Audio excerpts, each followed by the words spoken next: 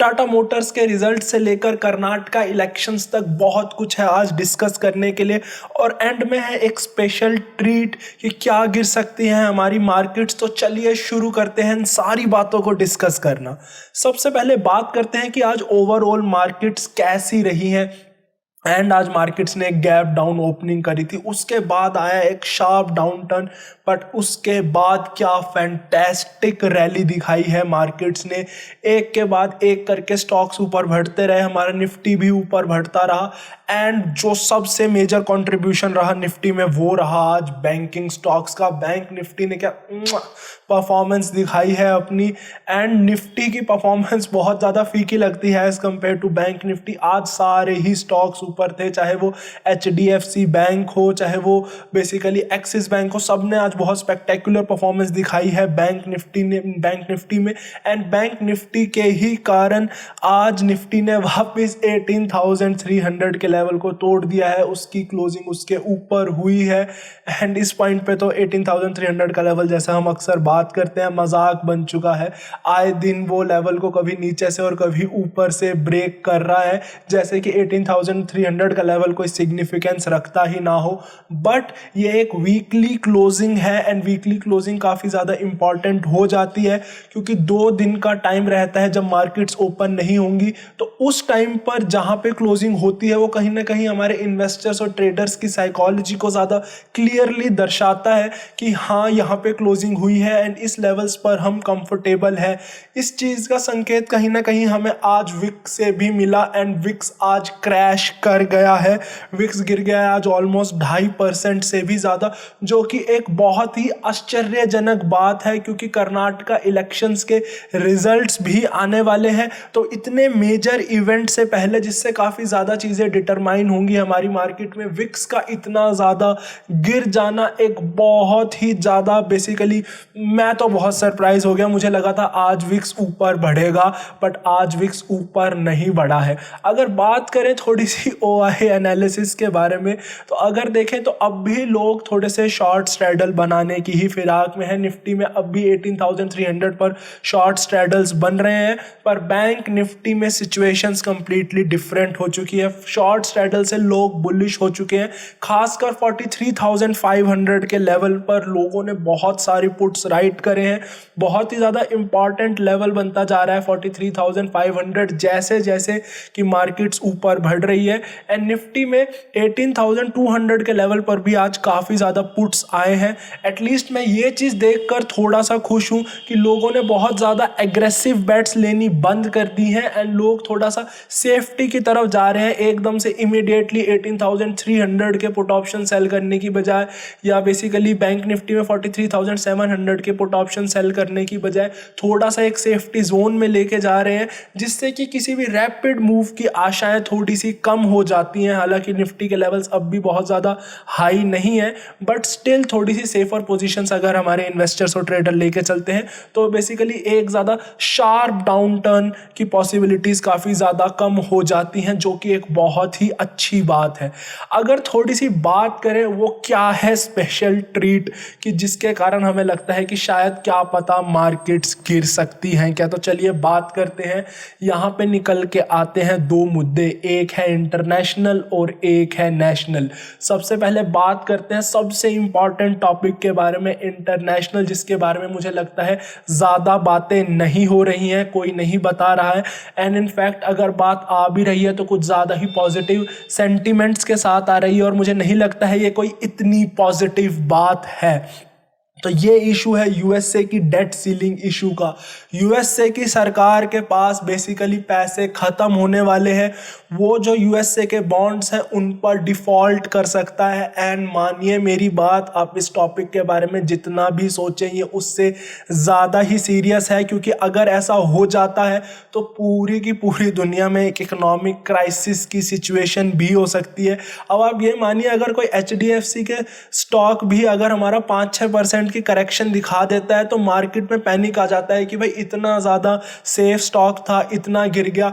अब जिस चीज़ को हम दुनिया का सबसे सेफ इंस्ट्रूमेंट मानते हैं, इनफैक्ट उसके जो रेट्स चल रहे होते हैं उसके बिहाफ पर बाकी सारे इंस्ट्रूमेंट्स की प्राइसिंग को डिसाइड करा जाता है। अगर वो ही डिफ़ॉल्ट कर जाए तो आखिर इन्वेस्टर्स लोग कहाँ जाएंगे? तो इतना सीरियस इशू है ये, एंड आए दिन बेसिकली दिन कम पे कम होते जा रहे हैं। एक्सपेक्टेशन है कि 15 जून तक बेसिकली हमारे जो यूएस की सरकार है उसके पैसे ख़त्म हो सकते हैं, एंड उसके बाद वो डिफ़ॉल्ट कर सकता है अपने बेसिकली उधारी पर, अपने बॉन्ड्स पर, जो कि एक बहुत ही सीरियस टॉपिक है। क्योंकि 15 दिन बेशक दूर लगते हों, बट सिर्फ ऐसे 4 या 5 दिन ही बचते हैं जब जो बिडेन जो यूएस के प्रेसिडेंट हैं वो भी वॉशिंगटन में रहेंगे, और जो उनका सेनेट है बेसिकली कांग्रेस है उनका सेशन भी लगेगा। तो बस 4 ही सेशंस बचते हैं जिसमें इनका रेजोल्यूशन निकलना ज़रूरी है,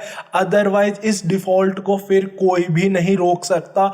बट अभी तक दोनों ही पार्टीज़ एक दूसरे के बहुत खिलाफ चल रही हैं। वहाँ से जो बिडेन या फिर जो लीडिंग पार्टी है वो चाहती है कि डेट सीलिंग को बढ़ा दिया जाए, जो अभी ऑलमोस्ट $31 ट्रिलियन पर है, कि डेट सीलिंग को बेसिकली अपलिफ्ट कर दिया जाए 1 से $1.5 ट्रिलियन तक विदाउट एनी रिस्ट्रिक्शंस। मीन्स हम बदले में कुछ नहीं देना चाहते। वहीं पे जो अपोजिंग पार्टी है वो बोल रही है कि हम ये इस बात के लिए मान जाएंगे, पर आपको आने वाले 10 सालों में 3 से 4 ट्रिलियन डॉलर तक की स्पेंडिंग कट करने पड़ेंगे। दोनों ही पार्टीज एक इम्पास पे आ चुकी हैं। बेसिकली दोनों ही पार्टीज एक दूसरे की बात नहीं मानना चाहती हैं, जिस वजह से एक सारी की सारी सिचुएशन एक हॉल्ट पर आ चुकी है। एंड इसके कारण अगर ये डिफ़ॉल्ट होता है तो आप मेरी बात मानिए, मार्केट गिरेगी और बहुत अच्छे से गिरेगी। सेकंड जो है एक नेशनल मुद्दा है कर्नाटका इलेक्शंस का। अरे यार, सिर्फ नॉर्मल स्टेट इलेक्शंस है, इसमें इतनी क्या बड़ी बात हो गई? बड़ी बात यह है कि ये नेशनल बेसिकली जो हमारे स्टेट इलेक्शंस हैं ये आ रहे हैं विद इन अ ईयर के टाइम होराइजन में, जब हमारे बेसिकली प्राइम मिनिस्टर के इलेक्शंस होने वाले हैं। एंड लोग 1 साल पहले से अंदाज़ा बेसिकली फॉरेन इंस्टीट्यूशनल इन्वेस्टर्स अंदाज़ा लगाना स्टार्ट कर देते हैं कि क्या रहने वाला है 1 साल बाद की सिचुएशन, क्या किसकी सरकार आ सकती है। तो काफ़ी ज़्यादा इम्पॉर्टेंट हो जाता है ये देखना कि क्या एक मेजॉरिटी सरकार कर्नाटका में आ पाती है। लोगों को नहीं फ़र्क पड़ता कि किसकी सरकार आ रही है, जब तक एक मेजॉरिटी सरकार आए जो कि इकॉनमी को आगे लेके जा सके, तो ये देखना बहुत ज़्यादा इम्पॉर्टेंट हो जाएगा। इसी वजह से अगर आप देखेंगे तो लोगों ने अपनी पोजीशंस थोड़ी सी लाइट करी है। कल भी FIIs और DIIs ने बहुत ज़्यादा बाइंग या सेलिंग नहीं करी थी। यही रीज़न था कि कर्नाटका इलेक्शन से पहले कोई भी बहुत ज़्यादा हैवीली इन्वेस्टेड नहीं रहना चाहता है। एक यहाँ पे एक बेसिकली एक डिस्क्लेमर है कि मैंने ऐसा नहीं करा है, वो आपको पता चलेगा थोड़ी देर बाद। थोड़ी देर के लिए बने रहिए हमारे साथ। तो थोड़ा और आगे डिस्कस करें कि और क्या रहा मार्केट्स में। तो एक और मुद्दा निकल के आता है कि जो हमारे FIIs, हम FIIs बाइंग के ऊपर काफ़ी टाइम बात कर चुके हैं, बट एक और बार इसके बारे में बात करना ज़रूरी है कि FIIs लगातार बाय क्यों कर रहे हैं। इसके ऊपर मैंने एक सेपरेट वीडियो भी बना रखे है। अगर आप सारे रीजंस जानना चाहते हैं कि FIIs की बाइंग क्यों हो रही है और क्या ये सस्टेन कर पाएगी, तो आप उस पूरी वीडियो को देख सकते हैं। बट अगर मैं समराइज़ करूँ तो हमारा रुपये का डिप्रीशिएट ना होना, जिसके कारण उनके रिटर्न्स कम नहीं होंगे अगर वो इंडियन करेंसी में पैसा लगाते हैं। इंडियन इकॉनमी का अच्छा होना, जब सारे के सारे कंट्रीज ग्लोबल रिसेशन की तरफ बढ़ती दिख रही है। इंटरेस्ट रेट्स का पॉज होना सबसे मेजर न्यूज़ है। एंड एक नया फैक्टर जो मुझे अब लगता है निकलते आ रहा है, जिसके कारण मैंने टॉपिक उठाया था। अब इन्वेस्टर्स के दिमाग में एक China +1 की स्ट्रेटजी भी अब उनके दिमाग में बैठ रही है।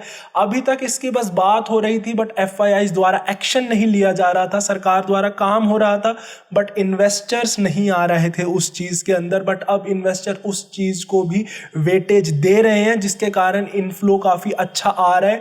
इनफैक्ट अगर आप पिछले 3 महीनों को देखें तो हर महीने पिछले महीने से FIIs की बाइंग बढ़ी ही है, जो कि काफ़ी अच्छे संकेत हैं। कहीं ना कहीं आप उसका इम्पैक्ट बैंक निफ्टी पर भी देख पाएंगे, क्योंकि बैंकिंग स्टॉक्स पर FIIs स्पेशली ज़्यादा बुलिश रहते हैं क्योंकि उनकी होल्डिंग बहुत ज़्यादा रहती है, खासकर प्राइवेट सेक्टर बैंक्स में, चाहे वो आईसीआईसी बैंक हो चाहे वो एचडीएफसी बैंक हो, सारे ही बैंक्स में इनकी होल्डिंग बहुत ज़्यादा रहती है। जो दो मेजर छोटी छोटी न्यूज़ हैं स्टॉक स्पेसिफिक जो कि मुझे लगता है कि लोगों को पता होनी चाहिए, वो बेसिकली ये कि अब अगर आप थोड़ा सा अडानी ग्रुप को फॉलो करते हैं तो एक दिन न्यूज़ आई कि अडानी वापस से अपना बेसिकली स्टॉक सेल करके पैसे उठाना चाहता है, जबकि हिंडनबर्ग के रिपोर्ट के टाइम पे ही इनका एफपीओ का प्लान कैंसिल हुआ था। अब जब स्टॉक इतना डाउन है तो अब वो स्टॉक सेल करके बेसिकली पैसे उठाना चाहते हैं, जो कहीं ना कहीं मेरे दिमाग में क्वेश्चंस उठाते हैं कि शायद वो कहीं और से पैसे नहीं उठा पा रहे हैं। सेकंड जो मेन चीज़ है वो ये है, क्या वो इतने लो पे पैसा तो उठाना चाहते हैं। जब ये न्यूज़ आई उसके अगले दिन ही जो मॉरिशस के फाइनेंस मिनिस्टर हैं उनकी तरफ से स्टेटमेंट आ गई कि ये जो सारी न्यूज़ है शेल कंपनीज की, ये सब झूठी है एंड स्टॉक 5% ऊपर बढ़ गया। एंड आज कल ही हुआ था जब ये स्टॉक 5% ऊपर बढ़ा था एंड आज ये स्टॉक वापस नीचे गिर रहे हैं अडानी के। और ये ऐसा क्यों हो रहा है? ऐसा होने का बस एक कारण है, जो MSCI का इंडेक्स है उसने अडानी ट्रांसमिशन को बाहर निकालने का फैसला कर लिया है अपने इंडेक्स में। बेसिकली जिस तरीके से वो कैलकुलेट करते हैं कि फ्री फ्लोट, बेसिकली वो शेयर्स जो मार्केट में बाय या सेलिंग के लिए अवेलेबल होते हैं उनका जो वो कैलकुलेशन करते हैं कि मिनिमम कितना होना चाहिए इंडेक्स में रहने के लिए, उसमें कुछ चेंजेस हुए हैं। आपने कुछ दिनों में नोटिस करा हो तो MSCI की न्यूज़ काफ़ी आ रही हैं, चाहे वो HDFC बैंक से रिलेटेड हो चाहे वो अडानी से रिलेटेड हो, तो काफ़ी सारे उनके इंडिसेस में चेंजेस हो रहे हैं जिसके कारण हम काफ़ी ज़्यादा न्यूज़ का इन्फ्लो देख पा रहे हैं। अगर हम बात करें सेकंड मेजर न्यूज़ की, तो सेकंड मेजर न्यूज़ मुझे ये लगती है कि HDFC अपने 2000 करोड़ के लोन्स, जो बेसिकली लोन्स हैं जो मानते हैं कि खराब लोन्स है, बैड लोन्स है, उन्हें बेचने जा रहा है। पिछले साल भी उसने उन्हें बेचने की कोशिश करी थी बट प्राइसिंग उसे पसंद नहीं आई थी, तो उसने पिछले साल इन लोन्स को नहीं बेचा था। बट अब जब मर्जर इतना पास आ चुका है तो मर्जर से पहले वो अपने बैड लोन्स को काफ़ी हद तक ख़त्म करना चाहता है, तो इसी वजह से वो इन लोन्स को बेच रहे हैं। लगातार HDFC बैंक की जो एसेट क्वालिटी है वो बहुत इंप्रूव होती जा रही है, बिलो 1% है। मैं इससे ज़्यादा तो आप लोगों को क्या ही बोल सकता हूँ, इतनी अच्छी एसेट क्वालिटी कहीं कहीं ही देखने को मिलती है। तो इसके कारण भी मुझे लगता है कि इस न्यूज़ से भी काफ़ी पॉजिटिविटी देखी गई और HDFC बैंक ने आज बहुत अच्छा परफॉर्म करा है। अब अगर वो बात आ जाए कि मैंने यहाँ गड़बड़ कैसे करी है, मैंने गड़बड़ करी है कि मैं हूँ ऑप्शन सेलिंग पोजीशन में काफ़ी हैवीली इस टाइम पे टाटा मोटर्स के अंदर, क्योंकि आज मैंने एडिशनल पोजीशंस डाल दी हैं। मुझे नहीं लगा था आज टाटा मोटर्स की वॉलेटिलिटी में इतना ज़्यादा स्पाइक आएगा, बट आज काफ़ी ज़्यादा स्पाइक आया टाटा मोटर्स की वॉलेटिलिटी में, जिसके कारण मेरी ऑप्शन सेलिंग पोजीशंस मेरे को नुकसान दिखाने लग गई। बट मेरा व्यू पॉइंट अब भी इंटैक्ट था कि रिजल्ट्स के बाद एक प्रॉफिट बुकिंग देखी जाएगी स्टॉक के अंदर, तो इसलिए मैंने अपनी पोजीशन एवरेज आउट करने के लिए मैंने उसके अंदर अपने एक्सेसिव फंड्स डाले हैं। तो अब मैं थोड़ा सा मेरे कंफर्टेबल लेवल से थोड़ा ज़्यादा इन्वेस्टेड हूँ टाटा मोटर्स की इस ट्रेड में, तो देखना बहुत ज़्यादा एक्साइटिंग रहेगा। But on a positive note हमारी HDFC बैंक की ऑप्शन ट्रेड अब हमें अच्छे प्रॉफिट्स देने लग गई है। मैं ये देख के बहुत ही ज़्यादा खुश हूँ कि फाइनली ट्रेड्स बहुत अच्छी जा रही हैं। कोटक महिंद्रा बैंक की भी ट्रेड बहुत अच्छा रिजल्ट दे रही है एंड एक्सिस बैंक की ट्रेड भी मज़ा दे रही है काफ़ी ज़्यादा। 5.5% अप हूँ मैं with in this month and हमने पिछले 15 दिन के अंदर ही हमने एक्सिस बैंक को बाय करा था। जैसे ही रिजल्ट आया था उसने एक्सेसिव डाउनफॉल दिखाया था, हमने बात भी करी थी कि ये डाउनफॉल जस्टिफाइड नहीं है, क्योंकि सिटी बैंक की ब्रांच बाय करने के लिए, जो कंज्यूमर सेक्टर ब्रांच है उसकी, वो बाय करने के लिए उन्होंने एक्सेसिव स्पेंडिंग करी थी, जिसके कारण उनके लॉसेस काफ़ी ज़्यादा आए थे। और मुझे लगता है कहीं ना कहीं रिटेल इन्वेस्टर्स एकदम से पॉजिटिव अर्निंग के बाद एकदम से नेगेटिव अर्निंग देखकर घबरा गए, पूरी रिजल्ट्स को एनालाइज नहीं कर पाए एंड उन लोगों ने सेलिंग कर दी।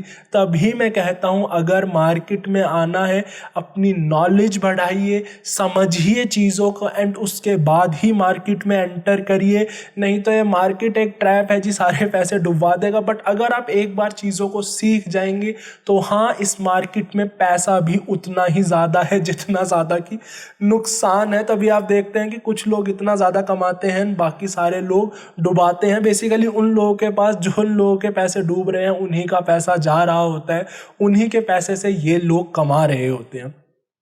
और कोई भी आज मेजर न्यूज़ नहीं थी। बेसिकली हमें दो ही चीज़ों पर ध्यान देना है अब, कि जो यूएस की डेट सीलिंग क्राइसिस है वो कैसी रहती है, एंड सेकंड सबसे मेजर कि कर्नाटका इलेक्शंस हमारे कैसे जाते हैं। तो आज की पोस्ट मार्केट रिपोर्ट में इतना ही था। आशा करता हूँ आपको रिपोर्ट पसंद आएगी और आप वो वीडियो भी ज़रूर देखेंगे कि हमारी मार्केट्स ऊपर क्यों जा रही हैं। धन्यवाद हमसे जुड़े रहने के लिए।